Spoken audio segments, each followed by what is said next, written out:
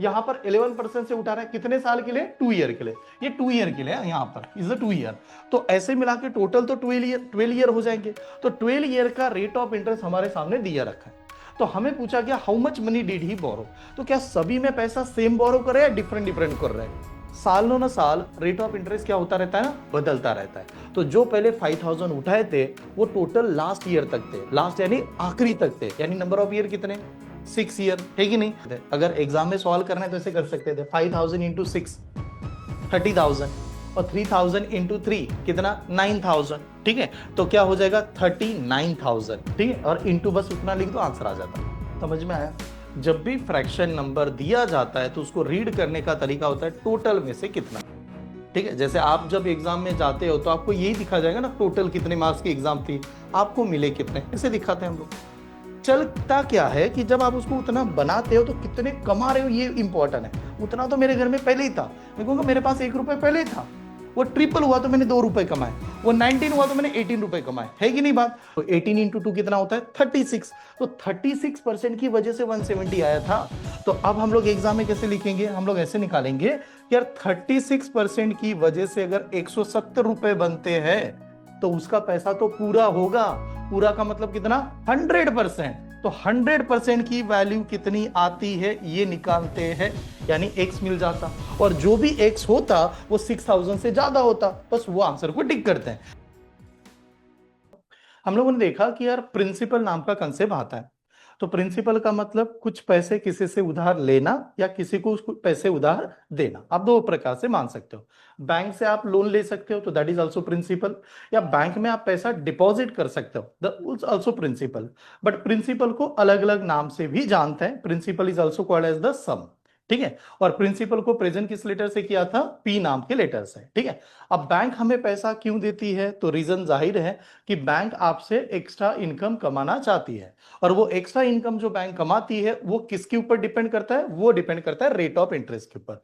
तो उसे कहेंगे आर परसेंटेज। या हम लोग भी बैंक में पैसा क्यों रखते हैं, अलग अलग जगह पर पैसा इन्वेस्ट क्यों करते हैं? बिकॉज हम लोग भी चाहते हैं कि हमारा पैसा बढ़े।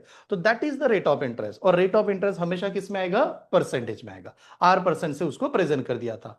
फिर ये देखा गया कि जब बैंक में आपने पैसा बैंक से लिया है तो कितने समय के बाद आप रिटर्न करोगे, that is the n, number of time.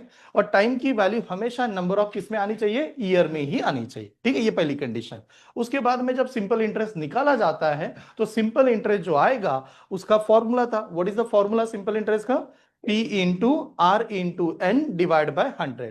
फिर हम लोग ने देखी सिंपल इंटरेस्ट की प्रॉपर्टी है। अब सिंपल इंटरेस्ट की अगर प्रॉपर्टी की बात करें तो वहां पर हमें नजर आ रहा था कि simple interest is a constant if the R is the constant. अगर रेट ऑफ इंटरेस्ट आपका कुछ चेंज नहीं हो रहा है तो आपका सिंपल इंटरेस्ट सेम ही आएगा जितने साल के लिए। ठीक है, रेट ऑफ इंटरेस्ट अगर फ्लक्चुएट होता है तो सिंपल इंटरेस्ट की भी वैल्यू कम ज्यादा हो सकती है। ठीक है, उसके बाद में ये देखा गया simple interest is directly proportional to two factor, one is the rate of interest, another is the time. ठीक है, फिर अमाउंट का फॉर्मूला लिखा, फिर अमाउंट ओरिएंटेड हम लोगों ने कुछ एग्जांपल बनाए थे। ठीक है, बहुत ही सिंपल सा टॉपिक है। सिंपल इंटरेस्ट में कंसेप्ट बहुत ही बेसिक आता है, ज्यादातर बहुत बेसिक लेवल के कंटेंट आता है। बट एक बात जरूर बताना चाहता हूं, एग्जाम में सिंपल इंटरेस्ट का सवाल सेपरेट आएगा ही नहीं। गलती से कभी कभार आ जाए तो ये हो सकता है, बट मैक्सिमम जो एग्जाम में आपके सवाल आते हैं वो सिंपल इंटरेस्ट और कंपाउंड इंटरेस्ट को मिक्स के तौर पे आता है। हो सकता है आएगा, ये नहीं कह सकता आएगा ही नहीं, लेकिन चांसेस ज्यादा है कि कंबाइन दोनों के ऊपर आने का। तो ये टॉपिक पढ़ने के बाद में इसको कनेक्ट करेगा आपका कंपाउंड इंटरेस्ट, दोनों को साथ में पढ़ना चाहिए। ठीक है, चले तो कुछ एग्जाम्पल बनाए थे उसी के ऊपर हो गया। ठीक है, तो यहां से हम लोग सॉल्व कर रहे हैं, अभी आज के लेक्चर के ऊपर बात करते हैं। ठीक है, अब देखिए ऑलरेडी कंसेप्ट हो चुका है तो मैं ये कंसीडर कर रहा हूं कि डायरेक्ट डायरेक्ट एग्जांपल सॉल्व करेंगे और देखेंगे कि कैसे घी बना। ठीक, चेक करते हैं। फर्स्ट एग्जांपल देखिए आज के लेक्चर का। इन्होंने यहां पर बताया Stephen borrow a sum money at a 6% for a first 4 year, या स्टार्टिंग के 4 साल के लिए 4 ईयर का, 4 ईयर के लिए 6% का रेट ऑफ इंटरेस्ट लगा दिया। ठीक है, एंड 8% फॉर नेक्स्ट 6 ईयर। तो एक बात बताओ, पहले 4% 6% था स्टार्टिंग के 4 ईयर के लिए, नेक्स्ट कह रहा है 8% नेक्स्ट 6 ईयर, तो 4 और 6 कितना? 10। तो 10 ईयर तो ऑलरेडी हो चुके हैं, 4 और 6 मिला के 10 साल हो गए। फिर बाद में बताया गया 11% for the period beyond the 2 year. अब 2 year for the period beyond the 2 year, 2 year नहीं होना चाहिए था, वहां पर कुछ तो प्रिंट मिस्टेक होगी, आगे देखते हैं। ठीक है, 11% फॉर द 2 ईयर ऐसे मान लेते हैं। ठीक है, देखते हैं if the total interest paid by him at the end of the, यहां पर स्पेलिंग मिस्टेक है, ये वाला चाहिए था फॉर द 12 मंथ, ठीक है 12 ईयर। हाँ, तो उसने कहा कि वो एंड इंटरेस्ट जो बता रहा है वो कितने साल के लिए बात पे कर रहा है, 12 ईयर के लिए, ठीक है 12 ईयर के लिए। And is the interest amount is a 5,640 rupees, then how much money did he borrow, ठीक है, तो उसने कितना पैसा बोरो किया। अब थोड़ा ध्यान से देखिएगा, इसमें एक जगह पर प्री मिस्टेक थी, वो पहले क्लियर कर देता हूं। स्टार्टिंग में उसने पैसा उठाया, 6% रेट ऑफ इंटरेस्ट से उठाया 4 ईयर के लिए, बाद में और पैसा उठाता है, वही अमाउंट होगी, कितने परसेंट से, 8% से, कितने साल के लिए, 6 ईयर के लिए। तो हम लोगों ने यार 4 और 6 मिला के 10 ईयर तो हो गए। यहां पर 11% से उठा रहा है, कितने साल के लिए, 2 ईयर के लिए, ये 2 ईयर के लिए यहां पर इज अ 2 ईयर। तो ऐसे मिला के टोटल तो 12 ईयर हो जाएंगे। तो 12 ईयर का रेट ऑफ इंटरेस्ट हमारे सामने दिया रखा है। तो हमें पूछा गया how much money did he borrow, तो क्या सभी में पैसा सेम बोरो कर रहे हैं, डिफरेंट डिफरेंट कर रहे हैं, सेम ही चल रहा है, हर जगह पर सेम चल रहा है। अगर हर जगह पर सेम चल रहा है तो प्रिंसिपल की वैल्यू पी लगा देंगे यहां पर, पी तो मेरा फिक्स हो गया, ठीक है। हाँ हाँ, हर जगह पर आजा बेटा, ठीक, हर जगह पर पी है कि नहीं, वो तो मेरा कॉमन हो गया। हम लोग सिंपल इंटरेस्ट निकालते समय कैसे लिखते हैं, P into R into N divide by 100 is equal to interest, ये होता है कि नहीं। तो एक बात बताओ, 6% कितने साल के लिए, 4 के लिए, तो 6 इंटू 4 कितना, 24। 11 8% कितने साल के लिए, 6 ईयर के लिए, तो बताओ 8 इंटू 6 कितना, हाँ 48। तो यहां पर मैं पहले 24 लिखूंगा, फिर यहां पर मेरा 48 आ गया। और ये जो नेक्स्ट है, वो नेक्स्ट 11% कितने साल के लिए, 2 ईयर के लिए, तो कितना हो जाएगा 22। तो यहां पर मेरे आर वगैरह सब कुछ मिल गए, और डिवाइडेड बाय हम लोग क्या करेंगे, डिवाइड बाय 100 कर देंगे। और इनकी जो अमाउंट थी सिंपल इंटरेस्ट की, वो गिवन है हमारे पास कितना, 5,640, ये नंबर ऐसे डायरेक्ट आ जाएगा। अब जब इनका एडिशन करेंगे तो एडिशन देख लीजिएगा क्या आता है। तो यहां पर पी कर रहे हैं, ठीक है, what is the sum of this number, add करते हैं 20 प्लस 40, मतलब यहां पर मान लो ये 60, 60 प्लस 20 80, फिर वो जो दो नंबर बचे थे यहां पर 90 92, ठीक है, एडिशन देखना, ये 92 आया, डिवाइडेड बाय 100 यहां पर चल रहा है, नंबर इज गिवन 5640 वगैरह, ठीक है, इसको हमें सॉल्व करना है। अब थोड़ा ध्यान से देखना आंसर देते समय लॉजिक क्या होता है। अब जब आप इसे सॉल्व करोगे, कैलकुलेशन करना, कैलकुलेशन से हमारा आंसर था 94 आ रहा है, एक मिनट, टू इसे दिया 94 आ रहा है, सही है, ये नंबर आ रहा है हमारा कितना, 94, सही 94 आ गया। अब जब हम लोग ये कैलकुलेशन करेंगे, तो हम लोगों ने ये देखा कि जो भी ऑप्शन आप उठा के देखिए, वो सभी के सभी ऑप्शन राउंड अप है, मतलब क्लियर कट है, पॉइंट में नहीं आ रहा है, सभी क्लियर है। जैसे ये 10,000 है, 6,000 है, 8,000 है, 9,000 है, नन ऑफ दिस है, राउंड अप चल रहा है, जीरो जीरो लगा के, ठीक है। तो एक बात बताओ, ये 4 है, ये 94 है, 94 जाके इसको डिवाइड करने वाला है, इसका आखिरी डिजिट 4 है। तो 4 को कौन से नंबर से मल्टीप्लाई करने के बाद, 4 को किससे मल्टीप्लाई करने के बाद लास्ट में दोबारा 4 आता है, क्योंकि जीरो को मैं टच नहीं करूंगा, ठीक है। तो बताओ कौन सा नंबर होगा, 6 ही आएगा, ठीक है। 4 6 जार कितना, 24, आखिरी में 4 आएगा कि नहीं, तो डेफिनेटली ये होगा, ये 1 जार और ये कितना, 6 जार। और किसी को लगा सर और भी तो हो सकता है, थोड़ा चेक कैसे करेंगे, तो चेक करते समय 94 ये नियर टू 100 के आसपास है, 100 के आसपास है कि नहीं, 564 ये नियर टू 600 के आसपास होगा, ठीक है। तो 100 इंटू 6 करेंगे तो क्या आएगा, 600 आ ही जाता है। तो ये जो सवाल आपका बनेगा, तो ये बन गया हमारा 60, और 60 को 100 से मल्टीप्लाई करेंगे तो 6000। तो नंबर ऑफ जो प्रिंसिपल था, जो प्रिंसिपल की वैल्यू थी, वो है 6000, ठीक है। तो 6000 वाला ऑप्शन, ऑप्शन नंबर बी को टिक करेंगे आप, नोट डाउन कीजिए। ये वाला सवाल देखिए, देखिए अब इसमें देखो क्या दिया उसने, हम a borrow 5,000 at a simple interest है, ठीक है। At the end of the 3 year he again borrow 3,000, तो पहले 5,000 बोरो किए, 3 ईयर के बाद में और 3,000 भी बोरो कर लिए, ठीक है। And finally pays 2,340 rupees as a interest after a 6 year, ठीक है, 6 year from the first time ही बोरो मेड, ठीक है, पहले टाइम से जब उसने पैसे लिए थे, वहां से 6 ईयर कंसिडर कर रहे हैं। उन्होंने पूछा find the rate of interest per annum, तो rate of interest per annum की वैल्यू बताओ, आर की वैल्यू बताइएगा। बेसिक है, नंबर तो बहुत ही बेसिक छोटे छोटे नंबर है, डायरेक्ट देखते हुए पता चल रहा है 6%। ओके चलो ये कैलकुलेशन बाद में करेंगे, मुझे एक सिंपल सा आंसर दो आप, हाँ इसको रब कर दीजिए, ठीक है, इसको जाने दीजिए। आपने बैंक से पहली बार पैसे उठाए, जैसे इस सवाल में दिया, पर्सन ने बैंक से 5,000 लिए, मतलब लोन लिया, लोन लिया होगा तो रेट ऑफ इंटरेस्ट चल रहा होगा, ठीक है, रेट ऑफ इंटरेस्ट चल रहा है। और 3 साल के बाद में और पैसे लिया जा रहा है, 3 साल के बाद में और पैसे लिया गया, तो बैंक दोनों पैसे को कंबाइन करती है, अलग अलग रखती है? क्या लगता है आपको कि बैंक, अब मान लो कि पहली बार सर 5,000 लिए, ऐसे समझो पहली बार 5,000 रुपए उठाए, अब 5,000 रुपए हम लोगों ने उठाए, इसको वापस भी नहीं किया है, वापस किया क्या उसने? नहीं। 3 साल तक ये पैसे उसके साथ है, उसके बाद में इस 3 ईयर तो हो गए, 3 ईयर होने के बाद में वो दोबारा 3,000 उठा रहा है यहां से, और फिर वो आगे भी चल रहा है, आगे चल रहा है, और वो कह रहा है टोटल जो साल हुए हैं वो कितने हैं, नंबर ऑफ ईयर 6 ईयर है। अब टोटल तो 6 ईयर हो गए, तो यहां से लेके ये 3 होगा और आगे 3 होगा, ठीक है, तो टोटल 6 ईयर है। मेरा ये कंसेप्ट था, सवाल है आपसे कि जो मैंने 5,000 उठाए थे वो कितने साल के लिए, 6 ईयर के लिए या 3 ईयर के लिए? 6 ईयर के लिए। ध्यान से देखना, पैसा बैंक कभी भी कंबाइन करता ही नहीं है। आपको कि सर मैं एटीएम डालता हूं, एटीएम करता हूं, एटीएम मशीन पे तो शो होता है, वो हमें दिखाने का ट्रांसफर है, लेकिन जब उनका कैलकुलेशन चलता है वो अलग अलग हिसाब से निकालता है। यानी बैंक में कभी भी देखोगे तो बैंक आपको एग्जैक्टली नंबर बताएगा कि आपने पैसे कब विड्रॉ किए थे, कितना रेट ऑफ इंटरेस्ट था, उसका पूरा पर्टिकुलर चल रहा है। रियलिटी में क्या होता है, सालों ना साल रेट ऑफ इंटरेस्ट क्या होता रहता है ना, बदलता रहता है। तो जो पहले 5,000 उठाए थे वो टोटल लास्ट ईयर तक थे, लास्ट यानी आखिरी तक थे, यानी नंबर ऑफ ईयर कितने, 6 ईयर है कि नहीं? तो मैं डायरेक्ट इसको कैलकुलेशन कैसे करें, अब थोड़ा ये नॉर्मल देखिए लॉजिक कैसा है। 5,000 मैंने कहा वो 6 ईयर के लिए थे, तो 5,000 इंटू 6 कितना, 5 साल, 5,000 तो 6 ईयर तक थे यार, तो 5,000 इंटू 6 कितना, 30,000। तो पहला मेरा बन गया 30,000, प्लीज किसी को डाउट होगा रुका देना, ये 30,000 5 इंटू 6, ठीक है, 5 इंटू 6, ये पूरा लिख देता हूं। एक काम करता है, गड़बड़ हो जाएगा लिखते समय, ऐसे लिख दो 5,000, ये आखिरी तक था, तो यानी कितने ईयर के लिए था, 6 ईयर के लिए, प्लस अब बीच में भी पैसे उठाए हैं, बीच में कितने पैसे उठाए हैं, 3,000, ये 3,000 कितने साल के लिए उठाए होंगे फिर, 3 ईयर के लिए, क्योंकि वो बीच में उठा रहा था ना, तो ये मेरे आगे 3 ईयर के लिए। तो अब हम लोगों ने क्या लिखा, पी इंटू एन लिख दिया, पी इंटू एन लिखा, दोनों जगह पर आर सेम था, तो साइड में आर लगाता हूं, साइड में आर, तो ये बन गया P R N divided by कितना, 100, divide by 100 is equal to simple interest. तो बताओ सिंपल इंटरेस्ट की वैल्यू कितनी, हाँ 2,340, तो ये हमारा सिंपल इंटरेस्ट की वैल्यू है 2,340। हमें पूछा आर की वैल्यू बता दो यार। तो देखिए एक तो क्या होता है कि आप इनको ऐड ऐसे करने के बाद भी कर सकते हो, नहीं तो मैं यहीं पर कैलकुलेशन कर देता हूं। ठीक है, मैंने ये कहा ये 2 जीरो इसके कैंसिल, इसके 2 जीरो, और यहां से 2 जीरो कैंसिल, बीच बीच में प्लस है इस वजह से।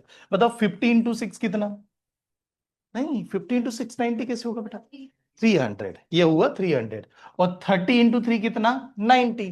ठीक है, तो 90 और 300 की एडिशन कितनी, 390, तो ये ऊपर वाला नंबर आ गया 390, और इंटू हमारा चल रहा है आर, इक्वल टू नंबर था 2340, ऐसा था कि नहीं, 2340। अब यहां से खाली इतना चेक करेंगे, ये वाला जीरो और ये वाला जीरो क्या हो गया, कैंसर। अब हम लोग जानते हैं सर ये नंबर उठा के इसको डिवाइड करना है, इसका आखिरी डिजिट क्या है, 9 नंबर को मल्टीप्लाई कोई तो नंबर करेगा, और वो मल्टीप्लाई करने के बाद लास्ट में क्या आना चाहिए, 4। पर 9 नंबर को ऐसा कौन सा मल्टीप्लाई करे कि लास्ट में 4 आ जाए, क्या खाएगा, 6 आता है, तो ये 1 जार और ये 4 जार। लेकिन डाउट हुआ 2 3 हो गए तो क्या करेंगे, तो उस केस में चैलेंज कैसे होता है, 39 किसके पास है, 39 किसके पास है, 40 के पास है। अगर मैं 40 को 6 से मल्टीप्लाई कर देता, 40 को 6 से मल्टीप्लाई करता तो कितना आता, 240, तो ये 240 के आसपास है, हाँ तो सही चल रहा है, तो ये 1 जार और ये 6 जार, तो आर की वैल्यू सीधा 6% है। ठीक है, तो ये वाला आंसर, जिससे कैलकुलेशन बच जाता है, पूरा डिवाइड करेंगे तो भी आएगा, लेकिन अगर थोड़ा लॉजिक लगाया जाए क्योंकि ऑप्शन रहते हैं तो वहां से स्पीड बढ़ेगी। क्या कर रहा हूं बताया ना आपको, मैं बार बार क्या कर रहा हूं कि जो कॉमन है बस वही लिख रहा हूं, PREN/100, PREN/100, बट माइंड को ऐसे ट्रेन करो, जो कॉमन होता है, जैसे आर फाइंड करना है तो बाकी तो सेम ही होगा, तो डायरेक्ट डायरेक्ट मल्टीप्लाई कर सकते थे, अगर एग्जाम में सॉल्व करना है तो ऐसे कर सकते थे, 5,000 इंटू 6 30,000, और 3,000 इंटू 3 कितना, 9,000। ठीक है, तो क्या हो जाएगा 39,000, ठीक है, और इंटू बस उतना लिख दो आंसर आ जाता। ठीक है, तो स्टेप जितनी कम लिखोगे उतनी स्पीड आपकी अच्छी बनेगी। जो बच्चा बहुत सिस्टमेटिक होता है ना, मैं देखो मुझे भी एक बहुत बेकार आदत थी और अभी भी है, मुझे एक आदत है, मैं जब कोई बुक रीड करता हूँ बहुत अच्छा लिखता हूँ, यहां पर टाइटल, ये पॉइंट, वो पॉइंट, कलर पेन वगैरह, कॉम्पिटिटिव में ड्रॉबैक बनेगा, क्योंकि कॉम्पिटिटिव एग्जाम क्या चाहती है, ऑप्शन निकालो और जल्दी चले जाओ। ठीक है, तो उस केस में जितना रफ वर्क करोगे वो फायदेशीर होगा। ठीक है, यस, चले अगला सवाल। अब देखना, पहले कभी भी नहीं किया मैथ्स में ऐसे मत सॉल्व करो कि कैलकुलेशन कर दे डायरेक्ट डायरेक्ट, मीनिंग देखना क्योंकि कंटेंट हर बार चेंज होता है। देखो इसने क्या बताया, out of the sum of rupees 850, total पैसा है 850 का, 850 a part was lent at a 6% ESI, कुछ पैसा 6% रेट सिंपल इंटरेस्ट से दिया गया, कुछ पैसा सम, हाँ मतलब पता नहीं क्या है, 850 में से, एंड द अदर, अदर जो बचा हुआ है एट द 12% ESI, तो जो बाकी कुछ बचा होगा उसको कितने से दिया, 12% ऐसा, तो टोटल पैसा है उसको दो पार्ट में डिवाइड कर दिया। फिर उसने कहा if the interest on the first part for a 2 year is equal to interest on the second part for the 4 year, तो यार पहले पार्ट का जो रेट ऑफ इंटरेस्ट है वो दूसरे वाले पार्ट के रेट ऑफ इंटरेस्ट से समान हो गया, लेकिन नंबर ऑफ ईयर अलग अलग बने इस वजह से। फिर उन्होंने पूछा then what is the sum of second sum, तो सेकंड की वैल्यू बताओ कितना था, सेकंड वाला जो पैसा दिया था उसकी वैल्यू बताइएगा कितना था, ऐसे सवाल आ रहा है। तो एक बात बताओ सिंपल है, टोटल पैसा कितना, 850, अब ये 850 रुपए है और हम लोग इसको दो ग्रुप में डिवाइड करने वाले हैं, हाँ। तो मैंने कहा ये मेरा पहला पार्ट होगा और ये मेरा सेकंड पार्ट होगा, सही है, ये फर्स्ट पार्ट ये सेकंड पार्ट। सवाल एग्जामिनर ने पूछा what is the amount, what is the sum in the second part, second part पूछा है कि नहीं, तो मेरा मेन गोल होना चाहिए मुझे इसको फाइंड करना है, सेकंड को फाइंड करना है। ऐसे मान लेते हैं कि मैंने यहां पर 50 रुपए लगाए, यहां पर मैंने 50 रुपए इन्वेस्ट किए, तो यहां पर कितना आता, 800 आता। आपने कैसे निकाला 800, मैंने जो नंबर यहां पर लिखा आपने वो नंबर उठाया इसमें से माइनस करके लिखा होगा। चलो मैंने कहा मैंने यहां पर 150 रुपए लगाए, तो इस जगह पर कितना आएगा 700, आप माइनस करोगे। मैंने यहां पर 250 लगाए, तो यहां पर कितना 600, यानी मैं जो भी नंबर यहां पर लिखता हूं सेकंड में, आप वो नंबर उठाते हो इसमें से माइनस करके लगा देते हो, ये वाला कंसेप्ट है। तो मैंने कहा मैं यहां पर यार x रुपए मैंने सेकंड में लगाए, x रुपए मैंने सेकंड में लगाए, तो पहले इसमें कितना लगा होगा, क्या कर रहे हैं इसमें से ये नंबर माइनस कर रहे हैं कि नहीं, तो पहले इसमें चला होगा 850 माइनस कितना x, क्योंकि पता ही नहीं ना पहले क्या नंबर है, तो मैंने इसको x लिखा, इसको 850 माइनस x लिख दिया, ये सही है। अब एक बात बताओ what is the simple interest formula, P into R into N divide by 100, वो कह रहा है दोनों का सिंपल इंटरेस्ट सेम है, तो पहले का रेट ऑफ इंटरेस्ट कितना लगा था 6%, नंबर ऑफ ईयर कितने साल के लिए था 2 year, तो हम लोग कहेंगे पहले के लिए 6% 2 year के लिए था और डिवाइडेड बाय 100, ये पहले का सिंपल इंटरेस्ट।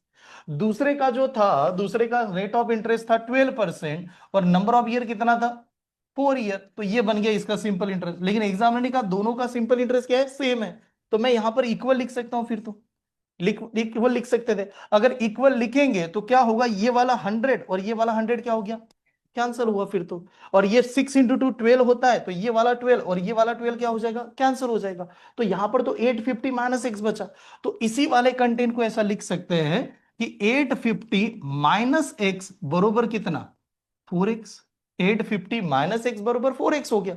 अगर जो माइनस एक्स है वो इस साइड में जाएगा तो क्या होगा, प्लस होगा, तो ये बनेगा 5x बरोबर कितना 850, तो 5x बरोबर 850 हो रहा है। अगर 5x बरोबर 850 हो रहा है तो 5 से डिवाइड करते हैं, 5 1 जार 5, 5 जाने के बाद बचा कितना 3, और 3 के ऊपर 5 लगा तो 35, तो 5 कितना यार 7 जार, 5 7 जार 35, तो ये बन गया 170, तो 170 इज द राइट आंसर। ठीक है, तो बताओ 170 वाला ऑप्शन कौन सा था, सी इज द करेक्ट आंसर। ठीक है, नोट डाउन कीजिए, आईएमपी करता हूं बट मजा नहीं आया, सिंपल सादा कंटेंट, लॉजिक नहीं लगा पाए। जहां जहां मैं आईएमपी कर रहा हूं उसका एक मेन मतलब है कि आप उसको दोबारा एक बार डायरी में जरूर लिखना, अगर आप यहाँ पर रफ नोटबुक ला रहे होंगे तो घर पे दोबारा इसको जरूर लिख के रखना, ऐसे टाइप के कंटेंट आने के ज्यादा चांसेस होंगे। ठीक है, इनका लेवल बढ़ेगा, मजा आएगा अच्छी तरह से। बस ये ध्यान में रखना कैलकुलेशन ज्यादा नहीं होता, दो टाइप के कंटेंट होते हैं, वन इज द कैलकुलेटिव, बहुत ज्यादा नंबर नंबर घुमा रहा है मतलब लेंदी कर रहा है वो, एक होता है कंसेप्चुअल, कंसेप्चुअल में कैलकुलेशन नहीं लगता, आपका अंडरस्टैंडिंग लगता है।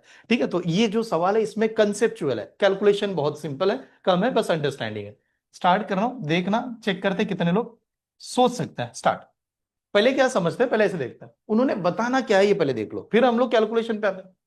If the simple interest on a certain sum, sum का मतलब प्रिंसिपल, उसका सिंपल इंटरेस्ट, उसका simple interest that is given, हाँ, ऑफ मनी इज अ 4/25।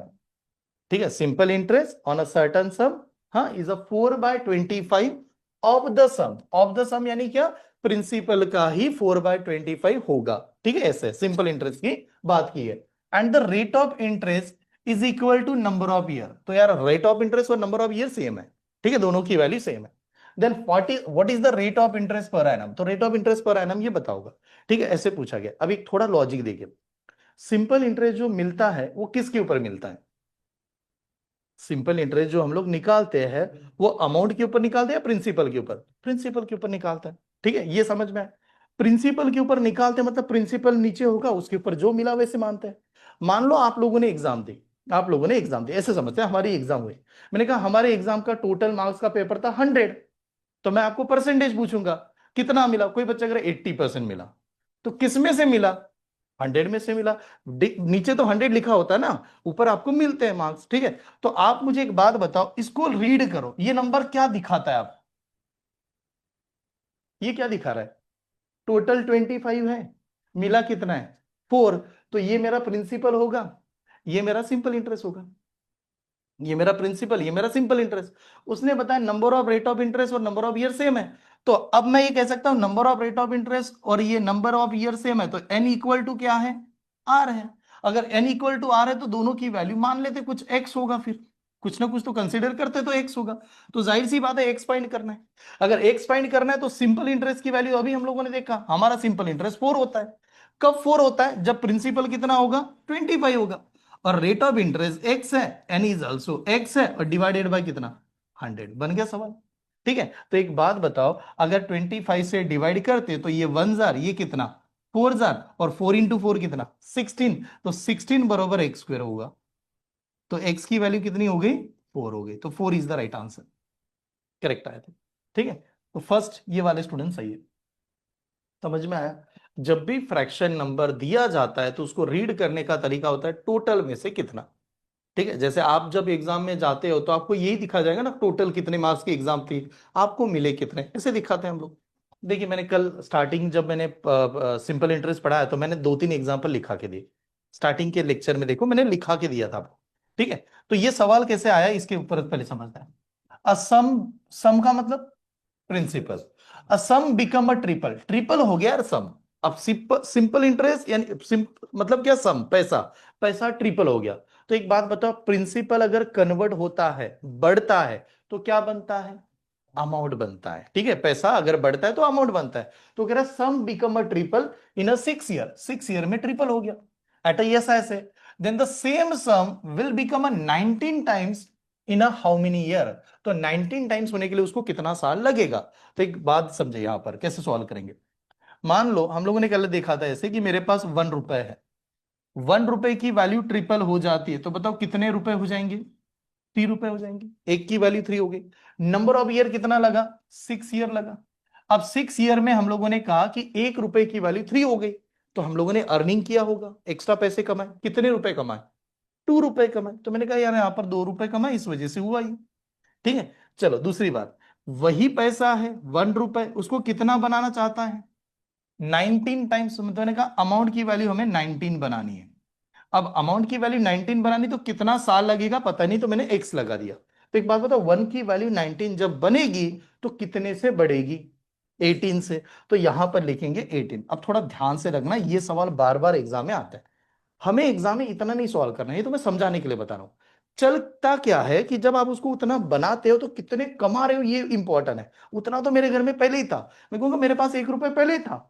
वो ट्रिपल हुआ तो मैंने 2 रुपए कमाए, वो 19 हुआ तो मैंने 18 रुपए कमाए, है कि नहीं बात? तो बस इतना ही समझ सॉल्व करना है। तो हम लोग यहां पर कहेंगे कि 6 ईयर में कितने रुपए कमाए? 2 रुपए। या आप ऐसे मान लो 2 रुपए कमाने के लिए कितने साल लगते हैं? 6 ईयर लग सकते हैं। तो हम लोग कह सकते हैं 2 रुपए कमाने के लिए 6 ईयर लगते हैं, 6 ईयर लग जाते हैं। कमाना कितना है? 18।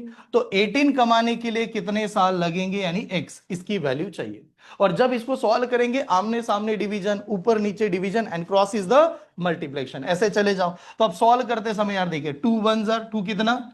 3 जार, और 3 इंटू 18 कर दो 54। तो 54 इज द आंसर ओनली, ठीक है। अब थोड़ा एक हिंट देखना, मैंने समझाने के लिए ये लिखा, मैं एग्जाम में ऐसे नहीं लाऊंगा, मैं लिखूंगा ये वाला तरह।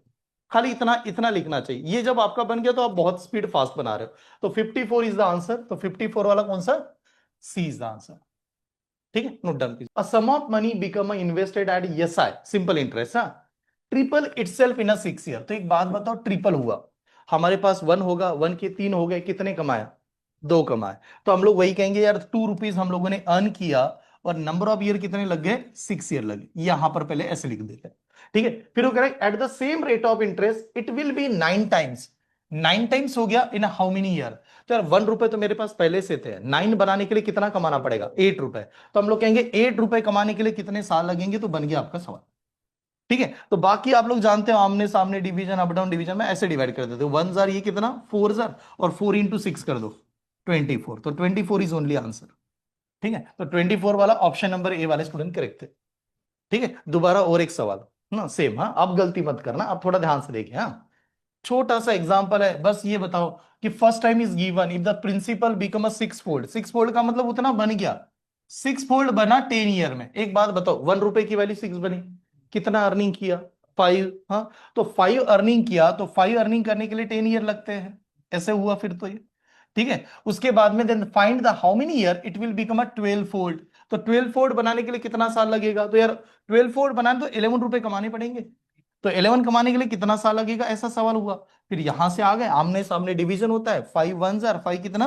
2 जार, और 2 × 11 22। तो 22 इज ओनली आंसर, ठीक है। 22 इज ओनली आंसर।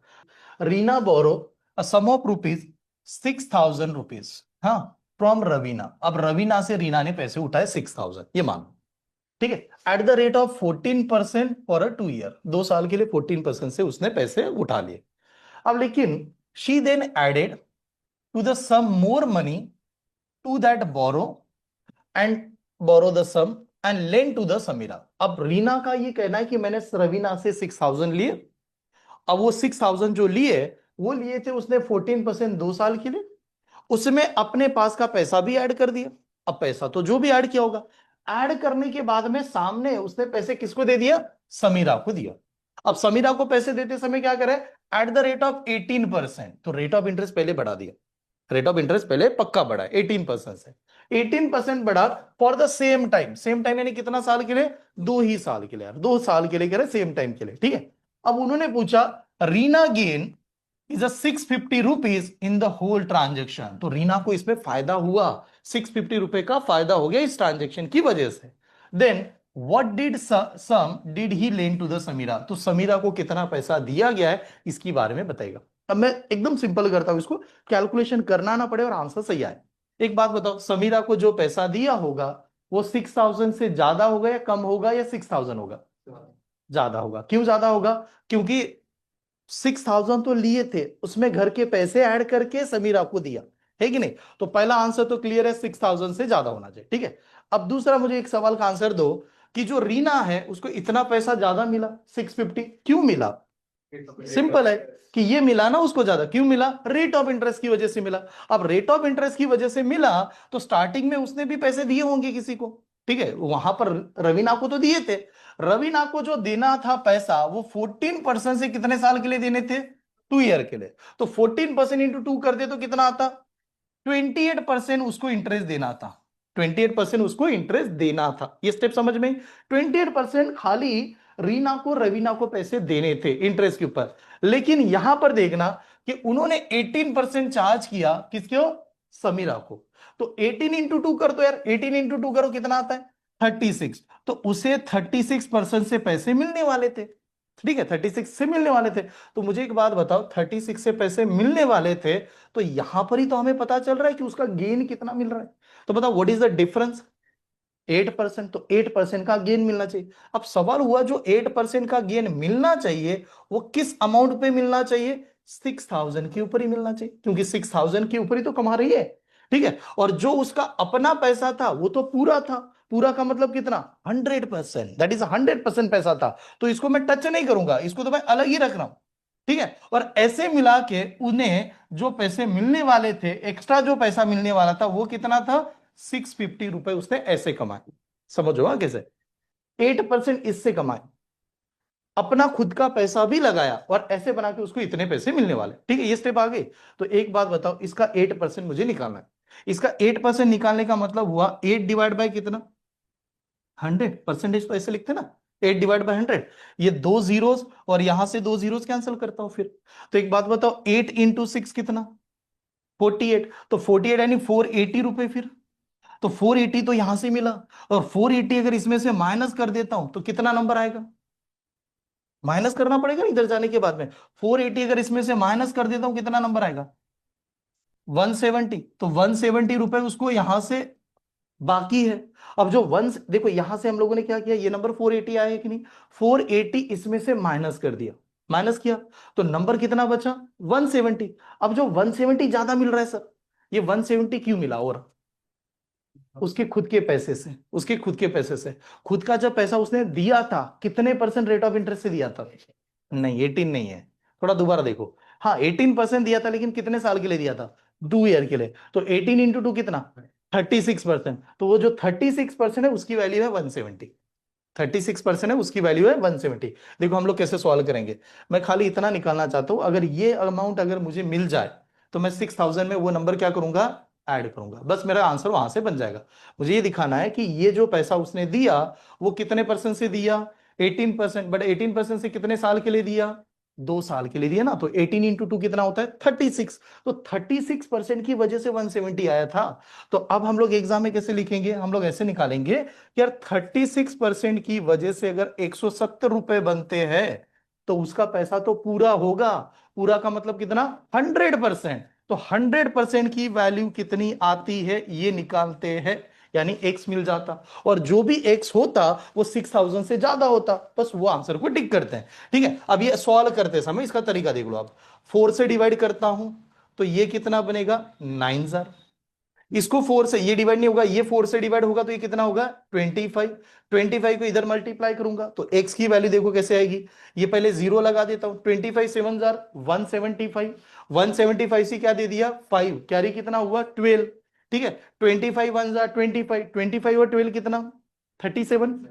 तो ये बन गया 3737, और डिवाइड किससे करना है, 9 से। तो ये जो भी नंबर आएगा वो नंबर एक्स्ट्रा होगा, ठीक है, एक्स्ट्रा होगा। तो अब देखो इसको सॉल्व कैसे कर रहे होंगे, यहां से 9 1 जार 9 कितना है, 9 4 जार कितना होता है 36, 36 हुआ, 36 जाने के बाद बचा कितना 1, 1 के ऊपर 5 कितना 15, 9 1 जार 9, 9 जाने के बाद बचा कितना, हाँ 6, 6 के ऊपर क्या लग गया, जीरो, यानी 60। हाँ तो 9 कितना, 4 जार 9 6 जार, 9 6 जार कितना 54, 54 जाने का बचा कितना 6, फिर वो आता ही रहेगा पॉइंट। ठीक है, तो उसने ज्यादा पैसे कितने दिए थे, 416।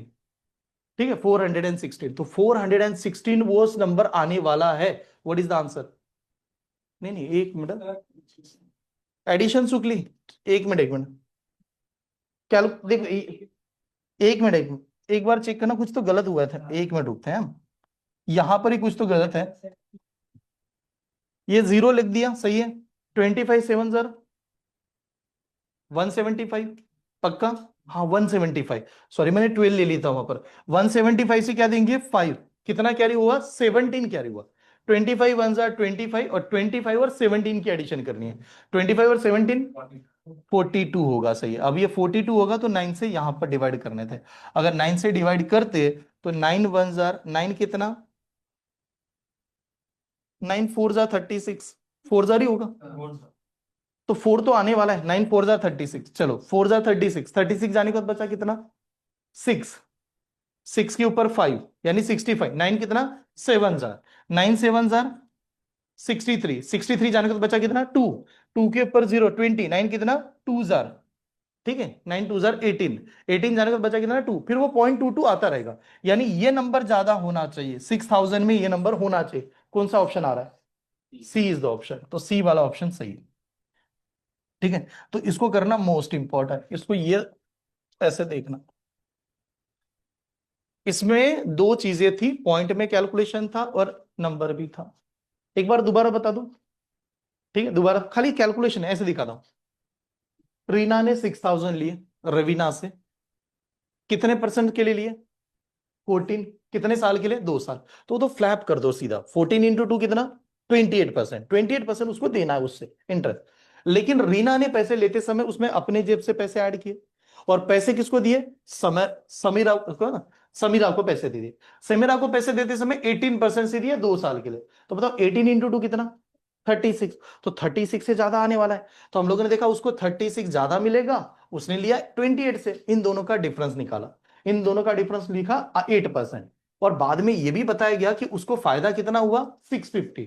तो जो 8% जो चार्ज किया होगा वो 6000 के ऊपर ही हुआ होगा, वहां से तो गेन हो रहा है। तो हम लोगों ने लिखा 8% ऑफ द 6000 प्लस खुद के पैसे बना के उसको इतना मिलना चाहिए। ठीक है, तो अब देखो यहां पर सॉल्व करते समय उसके खुद के पैसे के ऊपर कितना परसेंट? 36%। वो तो अपनी जेब से दे रही थी। तो इसका 8% की वैल्यू कितनी? 480। 480 अगर इसमें से जाएगा तो बचेगा कितना? 170। तो जो 170 होगा वो उसका खुद का भी प्रॉफिट है, और किसके ऊपर है? 36% ऑफ उसका अमाउंट के ऊपर। तो हम लोगों ने खाली 36% की वैल्यू निकाली। 36% की वैल्यू 170 है, 100% की वैल्यू कितनी? और वो जो भी पैसा आएगा वो खुद का पैसा आएगा, तो वो कितना ज्यादा है उतना बताना था। ठीक है, नेक्स्ट ये वाला एग्जांपल चले। हाँ, यहां पर देखना भी क्या देना। The rate of interest on a sum of money, rate of interest on a sum of money is a 4% per annum for the first 2 year. यार 4% पहले 2 साल के लिए, 6% per annum for the next period 4 year, हाँ, and the 8% per annum for the period beyond the 6 year. Beyond का मतलब अभी देखो कैसे कह रहा है वो, पहले जो 4% लगा है वो कितने साल के लिए लगा है? 2 ईयर के लिए, ये क्लियर था। फिर वो कह रहा है 6% लगा है वो कितने साल के लिए लगा है? 4 ईयर के लिए। तो बताओ 2 + 4 कितना? 6। तो 6 ईयर तो वैसे हो गए।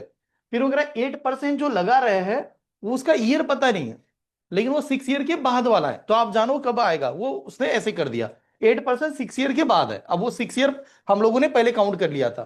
आगे क्या बता रहा है? Simple interest acquired by the sum of the total period for the 9 year. Total time कितना है? 9 ईयर। तो एक बात बताओ, ये हमारा 4% 2 साल के लिए था, 6% हमारे 4 साल के लिए थे। तो हमें 2 और 4 मिला के 6 तो हो गए। तो अब जो 8% लिखा था वो नंबर ऑफ ईयर कितना होगा?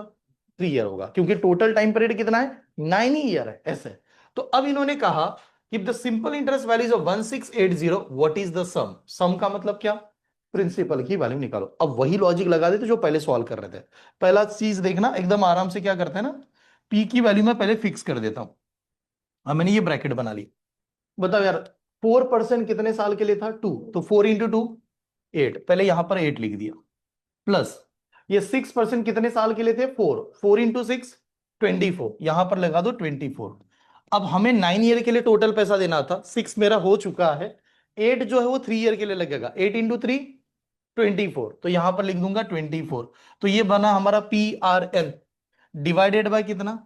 100 is equal to what is the simple interest number? 1680। तो हमें पी की वैल्यू सॉल्व करनी, ठीक है, पी की वैल्यू निकालनी। ये स्टेप समझ में आई। अब आते हैं कैलकुलेशन पे, एडिशन करते समय। बताओ 24 और 24, 48। 48 + 8 56, यानी इसका आखिरी नंबर क्या आएगा? 6, 56। तो 6 नंबर से किसी नंबर को मल्टीप्लाई करने के बाद लास्ट में 8 आना चाहिए। 6 नंबर से कोई ऐसा कोई तो नंबर होगा जिसको मल्टीप्लाई करने के बाद लास्ट में 8 आता है। 3, ठीक है, क्योंकि 6 × 3 कितना? 18। 18 आता है कि नहीं? और ये भी देखना 18 आ रहा है, ठीक है, इस जीरो को गायब कर दो, ये 168 है कि नहीं? ये मेरा लगभग 50 और इसके आसपास है। अब मैं 50 × 3 करूं 150 होगा, 60 × 3 करूं तो 180 होगा, तो इसी के बीच में है कि नहीं? तो सीधा सीधा ये 1 जार और ये कितना? 3 जार, और ये 30, और 30 को 100 से मल्टीप्लाई करते तो 3000। तो प्रिंसिपल की वैल्यू 3000 थी।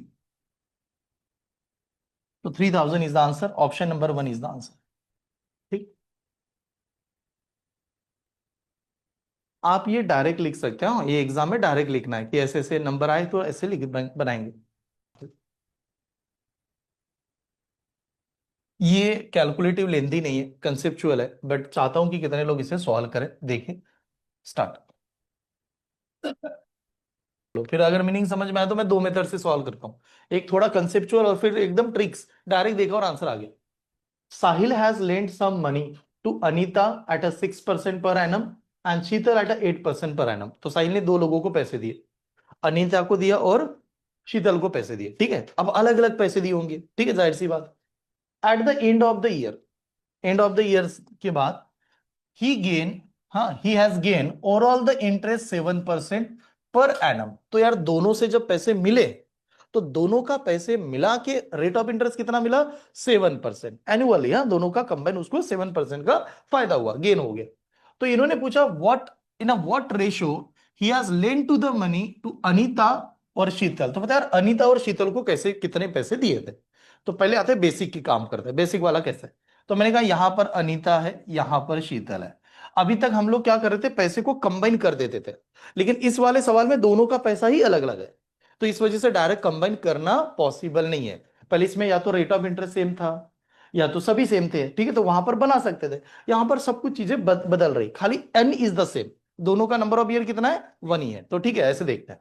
मान लो कि अनीता को पैसे दिया एक्स, ऐसे समझते हैं, ₹X दिए। रेट ऑफ इंटरेस्ट कितना लगा है? 6%। नंबर ऑफ ईयर कितना? 1 ईयर। तो अनीता से इतने पैसे उसको एक्स्ट्रा मिलेगा। That is a simple interest for Anita, Anita से आए हुए पैसे। प्लस शीतल को पैसे दिए होंगे वाई, ऐसे मान लेते वाई। रेट ऑफ इंटरेस्ट कितना? शीतल का रेट ऑफ इंटरेस्ट कितना? 8%। नंबर ऑफ ईयर कितना? 1 ÷ 8/100। यहां से अनीता के पैसे हैं, यहां से शीतल के पैसे हैं। लेकिन जब वो घर पे अपना कैलकुलेशन कर रहा है तो वो कह रहा है घर पे कैलकुलेशन करने के बाद रेट ऑफ इंटरेस्ट कितना दिखा रहा है? 7%। तो जब घर पे कैलकुलेशन 7% का हो रहा है तो वो 7% किसका? दोनों का पैसे का। ठीक है, तो दोनों का पैसा किस कैसे होगा? X+Y होगा। और इसका रेट ऑफ इंटरेस्ट तो 7% आया। नंबर ऑफ ईयर इसका 1 था, डिवाइडेड बाय कितना? 100। यहां तक स्टेप समझ में? हम लोगों ने क्या लिखा, पहले का सिंपल इंटरेस्ट, इसका सिंपल इंटरेस्ट बरोबर कंबाइंड इंटरेस्ट, ऐसे लिख दिया। अब हर जगह पर आपको क्या क्या कॉमन नजर आ रहा है पहले बताओ। 100 हर एक के पास है, आमने सामने मिला के क्या हो गया? कैंसल, कट हो गया। 1 1 सभी के पास है, वैसे भी कैंसिल होता है। ये कट हुआ, अब कुछ भी नहीं बचा। अब देखो अगर मैं इसको मल्टीप्लाई करूं तो मैं 6 लिखूंगा, इसे अगर मल्टीप्लाई करेंगे तो 8y लिखेंगे। अगर 7 ने अंदर मल्टीप्लाई किया तो 7x प्लस क्या आएगा? 7y आएगा। यहां तक स्टेप समझ में आ रही? अगर ये आने के बाद में अब मैं इस वाले नंबर को इधर लेके जाऊंगा तो क्या हो जाएगा? माइनस। तो 7x में से 6x चला गया तो आपको किससे सीधा x ही तो आया। ठीक है, इक्वल टू। और ये 7y अगर इधर आएगा तो इस साइड में आएगा तो क्या होगा? ये भी माइनस। तो 7y 8y में से चला जाएगा तो ये भी क्या होगा? y होगा। तो बताओ x इक्वल टू क्या हो रहा है? y। अगर x equal to y, what is the ratio? 1:1। दोनों की वैल्यू सेम ही है फिर। तो 1:1 वाला ऑप्शन चाहिए था, ऑप्शन नंबर डी ये आंसर। बट अब दोबारा देख, ऐसे सवाल जब भी आएंगे इसमें क्या चीज आपको समझ में आएगी पहले देखना। एक को अलग पैसा दिया, एक को अलग दिया, दोनों का कंबाइन आ गया। दोनों का कंबाइन मतलब इसका पैसा बीच बीच वाला पैसा। तो इस वाले स्टेप में एक मेथड लगती है, that is called as alligation. Alligation method से ऐसे चुटकी में सॉल्व हो जाता है। कब एलिगेशन लगता है? इसका इसका और बीच वाला। जैसे मैं एग्जांपल देता हूं, बॉयज, गर्ल, स्टूडेंट। स्टूडेंट का मतलब दोनों आ गए, ठीक है। Mail, female, worker. वर्कर क्या होती है, इंप्लॉय क्या होते हैं, दोनों होते हैं। तो उस वाले केस में एलिगेशन लगा सकता है। तो एलिगेशन से ये सवाल कैसे बनता और आप डायरेक्ट आंसर कैसे देते उसकी बात देखिए। यहां पर अनीता, यहां पर शीतल। अनीता को रेट ऑफ इंटरेस्ट कितना? 6। शीतल को कितना? 8। दोनों का कंबाइन कितना? 7। ये स्टेप समझ में? ठीक है, मिडल लिखा। बस यहां से आते समय क्या करना है, एरो बस ऐसे लेके आना है और ये वाला एरो ऐसे बनाना है। इन दोनों में बड़ा नंबर कौन सा है? 8 में से 7 चला गया 1। इन दोनों में से बड़ा नंबर कौन सा है? 7। 7 में से 6 चला गया 1। Then what is the answer? 1:2। ये वाली ट्रिक्स है। ठीक है, तो पूरा लिखने की जरूरत नहीं पड़ती, ऐसे डायरेक्टली। बट ये एलिगेशन तब लगता है जब आपके सामने ऐसे मेथड हो। ठीक है, नोट डाउन कीजिए। दोनों लिख लेना, बिकॉज कंसेप्ट समझ में आना बहुत जरूरी होता है। लास्ट सवाल आज के लेक्चर का और इस वाले नोट्स का आखिरी सवाल। ठीक है, तो टाइप नंबर 1 एंड हो रहा है। बट कमाल का सवाल है और जब भी आए तो मैक्सिमम स्टूडेंट गलती करते हैं। पहले दिन जब मैंने स्टार्ट किया होगा ये वाला टॉपिक, यानी मंडे, मंडे से हम लोगों ने स्टार्ट किया। तो मंडे से स्टार्ट करते समय मैंने दो चीजें आपको क्लियर की थी, सिंपल इंटरेस्ट क्या है, कंपाउंड इंटरेस्ट क्या है। मैंने पहला दिन ऐसे ही पढ़ाया, दोनों में डिफरेंस क्या होता है ये भी बताया था। ठीक है, तो ये वाला टॉपिक कहीं ना कहीं कंपाउंड इंटरेस्ट को कनेक्ट करने वाला है। ठीक है, तो थोड़ा ध्यान पूर्वक सवाल करना। आखिरी सवाल मान रहा हूं इस वाले नोट्स का। ठीक है, इस कंटेंट में an automobile financier claim to lending a money at a simple interest automobile वाला कह रहा है कि मैं पैसा जो लूंगा, पैसे देते समय जो, हाँ ऑटोमोबाइल है, उसको इंटरेस्ट किससे लगाऊंगा? सिंपल इंटरेस्ट ही लगाऊंगा। अब सिंपल इंटरेस्ट हम लोग जानते हैं कांस्टेंट होता है, but he included the interest every 6 month for calculating the principal. वो कह रहा है यार सिंपल इंटरेस्ट ही तो लगा रहा हूं, लेकिन सिंपल इंटरेस्ट लगाते समय इंटरेस्ट कितना मंथ का लगा रहा है? 6 मंथ का लगा रहा है। सिंपल इंटरेस्ट हो या नॉर्मल इंटरेस्ट हो, कितने समय के लिए लगाते हैं? 1 ईयर के लिए लगाते हैं। 1 ईयर यानी कितना साल, कितना मंथ? 12 मंथ। वो तो कह रहा है मैं सिंपल इंटरेस्ट लगा रहा हूं, लेकिन 6 मंथ के लिए प्रिंसिपल काउंट कर रहा हूं। अब ऐसे उसने बताया। फिर कहता है if he charging and interest is अ 10%, वो कह रहा है रेट ऑफ इंटरेस्ट मेरा खाली 10% है, सिंपल इंटरेस्ट ही लगा रहा हूं, लेकिन कैलकुलेट कर रहा है 6 मंथ के लिए। Then what the effective rate of interest become, तो इफेक्टिव रेट ऑफ इंटरेस्ट क्या होगा? अब इसको शांतिपूर्वक ध्यान से समझना। दुकानदार आपको कह रहा है 10% का रेट ऑफ इंटरेस्ट है, तो साल में 10% ही हुए ना? वो कह रहे ना ना, साल में 10% नहीं, 6 6 महीने के लिए लगा रहा हूं मैं। तो 6 6 महीने का मतलब क्या होगा कि 10% को हमें 2 हिस्सों में डिवाइड करना पड़ेगा, क्योंकि उसने 10% तो रेट ऑफ इंटरेस्ट फिक्स बोला है, तो पूरे साल का 10% हुआ। वो कह रहा है हाँ साल का 10% ही है, लेकिन चार्ज कैसे कर रहा है? 6 मंथ के लिए कर रहा है, यानी एक साल में 6 मंथ कितनी बार होगा? 2 बार होगा। तो पहली बार क्या करेगा? पहली बार कहेगा वो 5%, तो सर हाँ ठीक है, पहली बार आधा कर दिया ना। दूसरी बार कहेगा दोबारा भी कितना? 5%, तो बहुत सही है। हाँ लेकिन गड़बड़ क्या हुई? पहली बार 5% दिया, दूसरी बार 5% दिया, और ये जो 5 है उसका भी कितना लेगा? 5% लेगा। That is a compounding. ठीक है, दिखाने के लिए 10 है, उसको डिवाइड भी कर रहा है, लेकिन लगाने का तरीका अलग लगा रहा है। वो कह रहा है पहली बार 5, बाद में 5, और 5 का 5। तो एक बात बताओ, 5 का 5 निकालना है कि नहीं? कोई भी नंबर का परसेंट निकालते समय ऊपर नंबर होता है, फिर वो मल्टीप्लाई करता है। तो बताओ 5 × 5 कितना? 25। तो 5 का 5 मतलब 5 × 5 25, और 25 डिवाइड बाय कितना? 100 ना। परसेंटेज है कि नहीं? देखो ऐसे समझ लो, मैंने कहा मुझे 5% चाहिए, किसका? 5 का। तो इसको हम लोग लिखेंगे कैसे? 5 ÷ 100 × 5 ऐसे लिखते हैं। ठीक है, तो इसे लिखेंगे तो ये होता है यार 5 × 5 कितना? 25। और बचा कितना है यहां पर? 100 है कि नहीं? तो अगर 25 को 100 से डिवाइड करते हैं तो नंबर कितना आएगा? 0.25। दो जीरोस है ना उसके पास, तो पॉइंट आगे बढ़ जाएगा 0.25। तो देखिए वो आपसे हमारे से पैसे कितना चार्ज कर रहा है। यहां पर कितना परसेंट? 5। यहां का नंबर कितना? 5। और प्लस कितना? 0.25। और इसको कंबाइन कर दिया जाए तो आंसर कितना होता है? 10.25। तो रेट ऑफ इंटरेस्ट इफेक्टिव चल रहा है 10.25। मैंने जब ये कंपाउंड इंटरेस्ट और सिंपल इंटरेस्ट पढ़ाया था, मैंने कहा effective rate of interest, equivalent rate of interest compound में आता है, सिंपल इंटरेस्ट में लगाया नहीं जाता। जैसे आपको ये याद होगा, पहले साल 20%, नेक्स्ट ईयर 10%, तो सिंपल इंटरेस्ट में तो 30 होता है, बट कंपाउंड इंटरेस्ट में हम लोगों ने ऐसे कुछ तो फॉर्मूला लिखा के दिया था, पहला लेक्चर देखो आप, हाँ, थोड़ा सा वहां पर कैसे बनाया था ना equivalent rate of interest. But इसने क्या किया, सिंपल इंटरेस्ट का नाम लगा के 6 मंथ कर दिया, तो उस केस में वो कंपाउंडिंग चल रहा है, ये ध्यान में रखना। तो what is the answer? 10.25%। C is the option. IMP करना इसे। और हाँ ये टॉपिक दोबारा बता रहा हूँ, खाली एग्जाम के लिए मत पढ़ना। मैं आपके इतने अच्छे अच्छे कंसेप्ट बता दूंगा, इसको पढ़ने के बाद में जब भी कोई डील करना हो, दिमाग चले कि ये क्या कर रहा है। ईएमआई का अभी आने वाला है चक्कर, ना ईएमआई सिंपल से चलता है ना कंपाउंड से चलता है, ईएमआई कुछ अलग ही होता है, तो वो ईएमआई कैसे वर्क करते हैं उसको भी डिटेल में जाएंगे। ठीक है, कंपाउंड इंटरेस्ट से कैसे ईएमआई लगाया जाता है, सिंपल इंटरेस्ट से क्या होता है, समझ में आया? ठीक है, नोट्स क्लियर है? ठीक है, अच्छी तरह देखना। ये लेवल नंबर 1 के कंटेंट हमारे पूरी तरह से कंप्लीट है। कोशिश करूंगा कल इसको एंड करने का, बिकॉज अभी मैंने एक सेकंड पार्ट आपके ग्रुप में सेंड किया था, सेकंड पार्ट में थोड़ा सा कंसेप्ट बढ़ जाएंगे। ठीक है, और कल हम लोग और क्या करेंगे, और एक सेकंड नेक्स्ट पार्ट पे ऊपर जाऊंगा, जितने भी वैरायटी ऑफ कंटेंट है आपके लेक्चर में कंप्लीट होगा। कल 2 पार्ट डेफिनेटली हो सकता है, अगर थोड़ा सा ट्रिकी कुछ कंसेप्ट होता है वो आपको बता दूं, और एग्जाम्पल में न्यू वाले कंटेंट ऐड कर दूं। ठीक है, अभी के लिए आज के लिए यहां पर रुकता हूं, कल मिलते हैं। Thank you.